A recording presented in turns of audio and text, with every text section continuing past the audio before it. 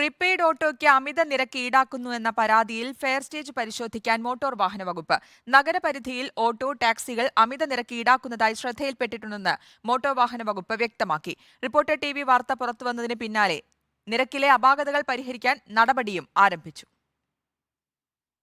Kozhikode railway സ്റ്റേഷനിലെ prepaid സർവീസിനെതിരെയാണ് പ്രധാന ആക്ഷേപം. പല പോയിന്റുകളിലേക്കും ഈടാക്കുന്ന അമിത ചാർജ് എന്ന് പരാതി. റിപ്പോർട്ടർ TV വാർത്തയിലെ കണ്ടെത്തലിനെ തുടർന്ന് അന്വേഷണം നടത്തിയ മോട്ടോർ വാഹന വകുപ്പിലെ ഉദ്യോഗസ്ഥരും സിറ്റി ട്രാഫിക് പോലീസും പരാതി ശരിവെച്ചു. റെയിൽവേ സ്റ്റേഷനിലെ അധിക പ്രീപെയ്ഡ് നിരക്ക് എന്തിന്റെ അടിസ്ഥാനത്തിലാണ് നിശ്ചയിച്ചതെന്നതിൽ അവ്യക്തതയുണ്ടെന്നും മോട്ടോർ വാഹന വകുപ്പ് വ്യക്തമാക്കി. RTOയുടെ നിർദ്ദേശത്തെ തുടർന്ന് motor vehicle inspector Anumod prepaid fare സ്റ്റേജിലെ അവ്യക്തതകളെ സംബന്ധിച്ച് ട്രാഫിക് പോലീസ് ഉദ്യോഗസ്ഥരുടെ സംശയങ്ങൾക്ക് മറുപടി നൽകി. പ്രീപെയ്ഡിന് പുറമെ നഗരപരിധിയിൽ ചിലർ മീറ്റർ നിരക്കിനേക്കാൾ ഉയർന്ന നിരക്ക് ഈടാക്കുന്നതായുള്ള പരാതിയിലും അന്വേഷണം നടക്കുന്നുണ്ട്.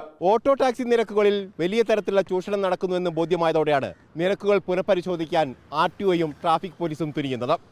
Reporter AK Abhilash, in reporter, Kozhikode.